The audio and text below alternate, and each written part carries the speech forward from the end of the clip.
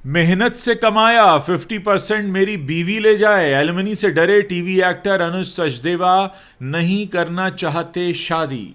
Emotional drama से भरपूर है कार्तिक अनन्या की फिल्म का ट्रेलर। देखकर कई रोमांटिक फिल्मों की याद हो जाएगी ताज़ा। ऋचा चड्ढा ने बयां किया स्टारडम का काला सच। कहा मशहूर होने पर चुकानी पड़ती है बड़ी कीमत। खबरों में आगे बताएंगे आपको। धर्मेंद्र की फैमिली ने हेमा मालिनी को अकेला छोड़ दिया। देओल परिवार पर शोभा डे ने लगाया बड़ा आरोप। मैं पर्दे के खिलाफ, लेकिन नीतीश कुमार बिना शर्त माफी मांगे। हिजाब कंट्रोवर्सी पर जावेद अख्तर ने नीतीश कुमार पर बोला हमला। और मुझे खुद को बचाना था, पीटर संग तलाक पर एक्ट्रेस सेलिना जेटली ने तोड़ी चुप्पी। नमस्कार दोस्तों, आप देखना शुरू कर चुके हैं Bollywood top headlines of the day. तो चलिए अब इन्हीं खबरों को आपके सामने थोड़ा विस्तार से रखते हैं। एक्टर अनुज सचदेवा इन दिनों चर्चा में हैं। हाल ही में अनुज ने एक इंटरव्यू में शादी, तलाक और एलिमनी के बारे में खुलकर बात की। साथ ही अपने दोस्त के बारे में चौंकाने वाला खुलासा भी किया।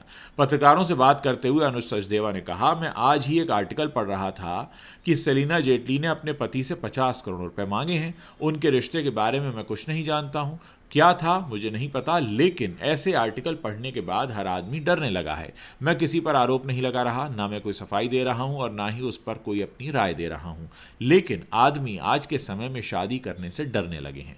अनुज ने आगे कहा, ऐसे कितने दोस्त हैं मेरे आसपास जिनके साथ ऐसा हुआ है। मैं नाम नहीं लेना चाहूँगा, लेकिन कई ऐसे कपल्स हैं जिनको मैं अच्छा मानता था। 6-7 साल से शादी उनकी चल रही थी, बच्चा हो गया था, लेकिन खबर आती है अचानक कि बीवी ने उस पर केस कर दिया। वो जहाँ रह रहा था वो घर भी ले लिया, अब वो रेंट पर रह रहा है। मुझे डर है कि मेरी बीवी ऐसी ना हो। मुझे सिर्फ चाहिए कि बच्चे हों, क्योंकि मैं नहीं चाहता कि जो मैंने इतनी मेहनत से कमाया है वो मेरी बीवी एक 50% झटके में एकदम से ले जाए, ये कहकर कि अब तो मुझे कोई और मिल गया है। कार्तिक आर्यन और अनन्या पांडे की रोमांटिक ड्रामा फिल्म तू मेरी मैं तेरा तू मेरी का ट्रेलर मेकर्स ने गुरुवार को रिलीज़ किया। ट्रेलर काफ़ी इमोशनल ड्रामे से भरपूर है। ट्रेलर की शुरुआत कार्तिक आर्यन और अनन्या पांडे के बीच इंटीमेट पलों से होती है। वहीं ट्रेलर के बैकग्राउंड से कार्तिक की आवाज़ माहौल बनाती है। वो कहते सुनाई देते हैं, कुछ लोग कहते हैं भविष्य के बारे में सोचो, कुछ कहते हैं पास के हिसाब से चलो, मैं मानता हूँ बी इन द मोमेंट, अभी बस हम दोनों। इसके बाद हमें कार्तिक आर्यन के किरदार को हमसे इंट्रोड्यूस कराया जाता है। तो दोस्तों, अगर इसी तरीके की जो ताज़ा रिलीज़ फिल्में हैं या ट्रेलर हैं या गाने हैं, अगर आपको उनके रिव्यूज़ देखना पसंद है तो आप हमारे दूसरे प्लेटफॉर्म उज्ज्वल त्रिवेदी रिव्यूज़ पर हमारे साथ जुड़ सकते हैं। इंस्टाग्राम और यूट्यूब पर उज्ज्वल त्रिवेदी रिव्यूज़ आपका इंतज़ार कर रहा है। कोशिश करेंगे कि जितनी भी रिलीज़ हो रही फिल्में, वेब सीरीज़, टीवी शोज़ या फिर ट्रेलर और सॉन्ग्स हैं, हम उनके रिव्यूज़ आपके लिए लेकर आते रहें। अब वापस लौटते हैं खबरों पर। ऋचा चड्ढा अपनी अलग अलग किरदारों से दिल जीत चुकी हैं। वो बेबाक राय देने के लिए भी जानी जाती हैं।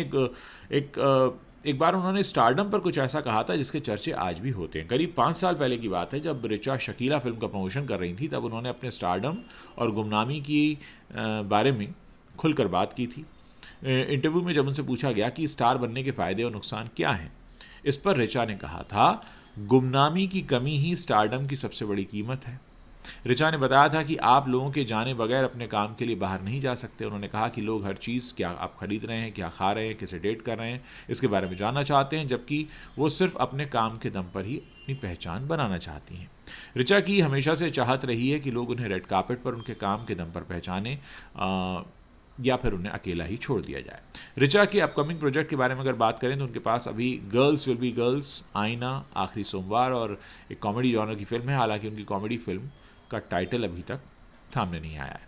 धर्मेंद्र जी का 24 नवंबर को निधन हुआ था। उनके निधन के बाद देओल फैमिली और हेमा मालिनी ने उनके लिए अलग अलग प्रेयर मीट्स रखी, जिसके बाद दोनों परिवारों के बीच के मनमुटाव खुलकर सामने आ गए।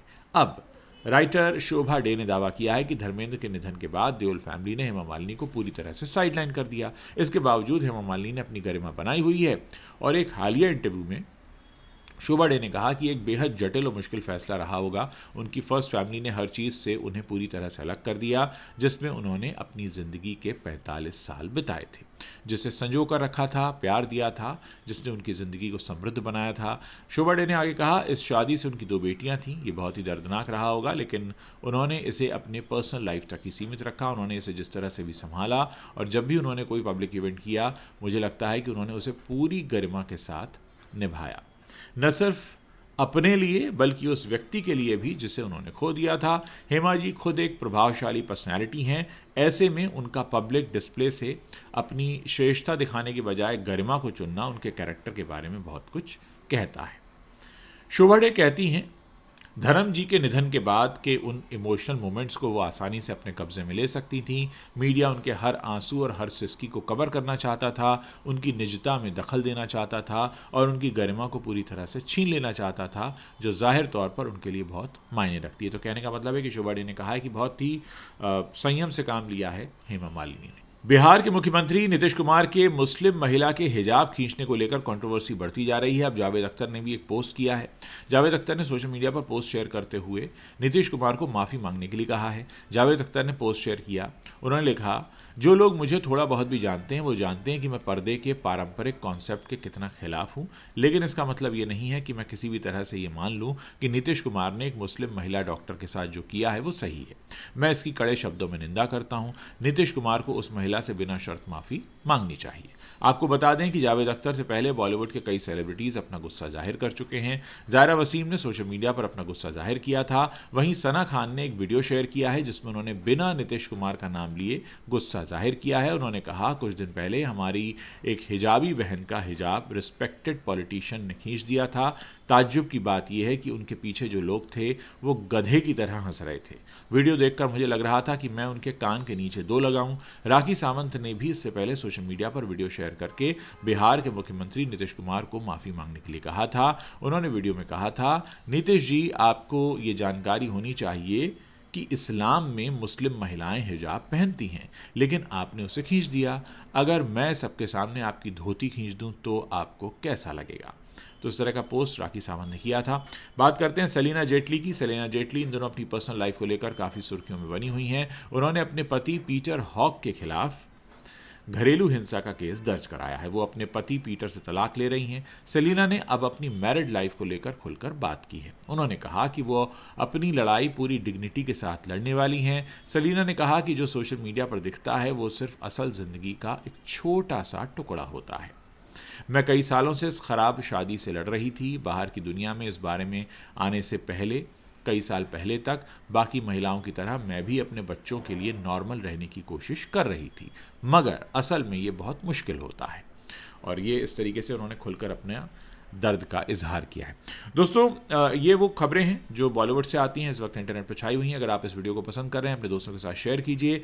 मैं फिर से याद दिलाना चाहता हूँ कि अगर आप अभी तक उज्ज्वल त्रिवेदी रिव्यूज़ को फॉलो नहीं कर रहे हैं यूट्यूब और इंस्टाग्राम पर, आप अभी कर सकते हैं। हमारी कोशिश है इन दोनों प्लेटफॉर्म पर कि जो भी ताज़ा रिलीज़ हो रहे रिव्यूज़, जो भी ताज़ा रिलीज़ हो रही फिल्में हैं, वेब सीरीज़ हैं, ट्रेलर्स हैं या सॉन्ग्स हैं, उनके रिव्यूज़ हम आप तक लेकर आते रहें। बहुत बहुत शुक्रिया इस वीडियो को देखने के लिए।